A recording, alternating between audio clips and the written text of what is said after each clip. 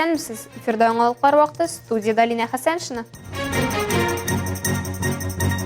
Октөбе экологик бистә булачак.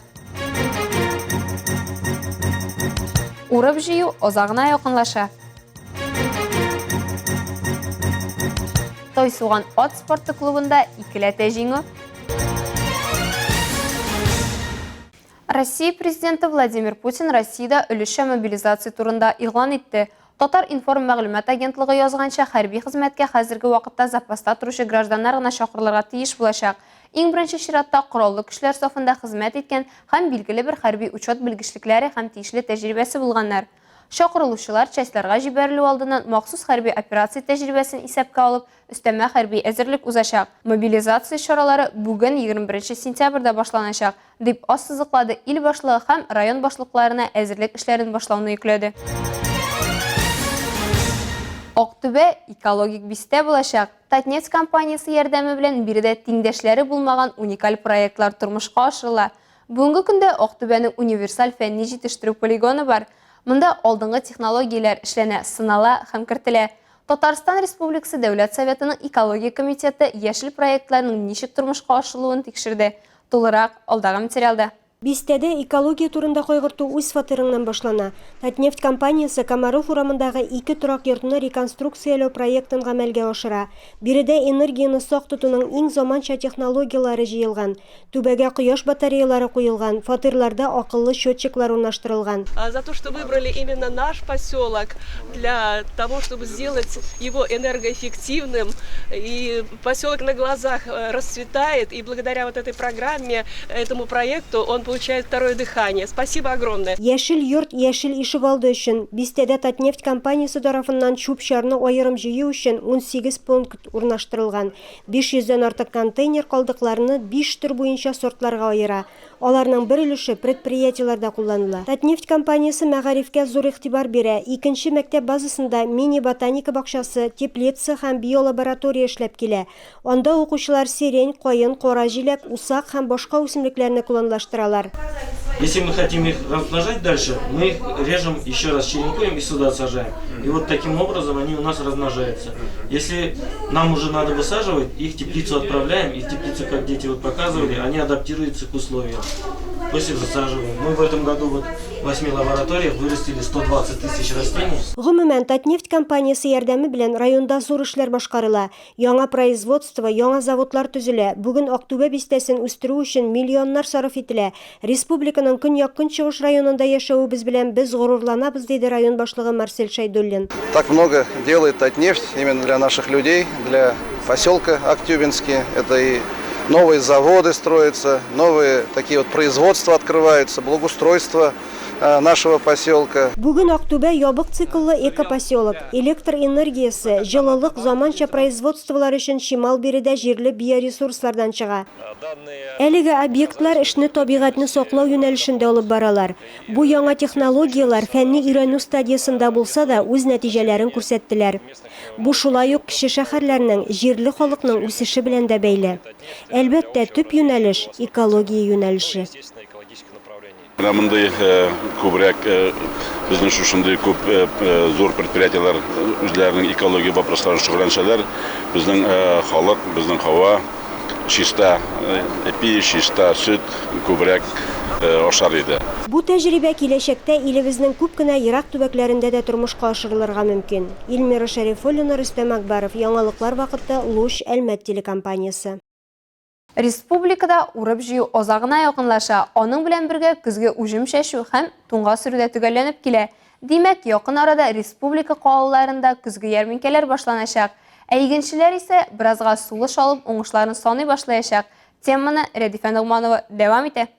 Басудагы байлык түгел, амбардагы байлык ди авыл хуҗалык хезмәтчәннәре. Бүген Токарлыков җәмгыятендә нәкъ менә көзге чибиләренә санарчак җиткән. Соңгы гектар уңышны җыеп алып, аларны урнаштыру процессы бара.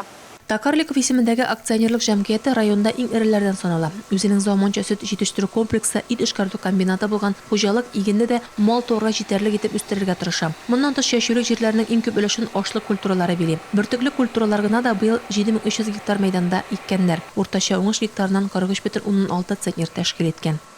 Это для наших полей очень хороший результат. Более 22 тысяч тонн зерна. Бу безнең шартлар өчен бик яхшы күрсәткеч. 22 000 тоннадан артык бөртек җыйдык. Аларны киптереп урнаштырдык. Хәзер соңгы тонналар өчен амбарларны бушатабыз да уңышны сатарга әзерләячәкбез. Освобождаем склады и туда размещаем. И будем ждать уже хорошей цены для реализации. Сөт һәм ит җитештерүгә йөз тоткан хуҗалык мал азыгында 2 елга җитәрлек итеп әзерләгән 2300 башы мөгезле эретерлек өчен шуларның 900 башы савым сыеры, 8000 тонна силос, 16000 тонна синаж, 6000 тонна фураж әзерләгәннәр. Буларның барысы да хуҗалык хезмәтчәннәре тырышлыгы нәтиҗәсе. У нас 250 человек работает, средняя численность нашего коллектива. Это и трактористы, и механизаторы, и водители, и животноводы. И если я кого-то сейчас просто назову... Бездә 250 кеше эшли, кемдә дә булса аерып күрсәтү мөмкин түгел. Механизаторлар да, терлекчеләр дә, белгечләр дә үз урынында тырышып хезмәт итә. Ничек кенә булмасын, авыл хуҗалыгында хезмәт итү бик авыр. Шуңа күрә бу өлкәгә килергә атлыгып торучылар да күп түгел. Барысына да рәхмәт әйтәсем килә. Тем, что не очень много людей хотят идти в сельское хозяйство. Весь коллектив я хочу поблагодарить. Рәдиф Анугманова, Вадим Тарасов, яңалыклар вакыты, Луч Әлмәт телекомпаниясе. Әлмәт җойдагы Идел буе чемпионы булды. 16 сентябрьдә Казан ипподромында Идел буеның яшь җойдаклары чемпионатында Габдрахман авылында туып үскән Илнар Исламов 25 яшькә кадәрге җойдаклар арасында беренче урынны яулады. Районданың лаеклы яклаган 20 яшьлек спортчыны без дә котлап кайттык. 2002 елгы Илнар Әлмәтнең политехник техникумын тәмамлаган. Хәзер Татнефтегаз переработка идарәсендә газ коткаручысы. Май аенда гына 20 яшен тутырган егет 9 ел инде атлар белән эшли. Мин инде 2010 елдан бирле атлар белән шөгыльләнәм. Беренчедән мин атларны Сабантуйда чабышта күреп, бик нык күңелем кызып китте шуларга. Аларга карап, мин дә бит шулай булдыра алам дип уйлап, күрше бабайның атын сорап тордым. Күршедә бер бабай ат асыры иде. Ул атны тутырга, атта утырырга өйрәтте. Теләге булган Габдрахман егете Лениногорск районының Алмакай атлар сараена йөри башлый. Анда беренче ярышларны күрә. Тайсуган авылында ат абзары төзелгәч, шунда йөри башлый. Казан, Уфада узган ярышларда катнашып, беренче һөнәри адымнарын 3 ел нәкъ менә шунда ясый. Республикада Илнарның җиңүләре байтак. 16 сентябрь көнне Казан шәһәрендә Идел буе яшьләре җойдаклар чемпионатыннан ул кабат җиңү белән кайтты. Ул ярышта 8 катнашучы арасында Әлмәт районы өчен мин беренче урын яулап алып кайттым. Чемпионат молодых наездников 2 заездта үтә. Беренче заездта наездниклар жеребий буенча үзләренә ат сайлап алалар. И икенче заездка уже наездниклар алмашналар атлары белән. Беренче килгән җайдак соңгы килгән атка утыра. Соңгы килгән җайдак беренче килгән атка утыра.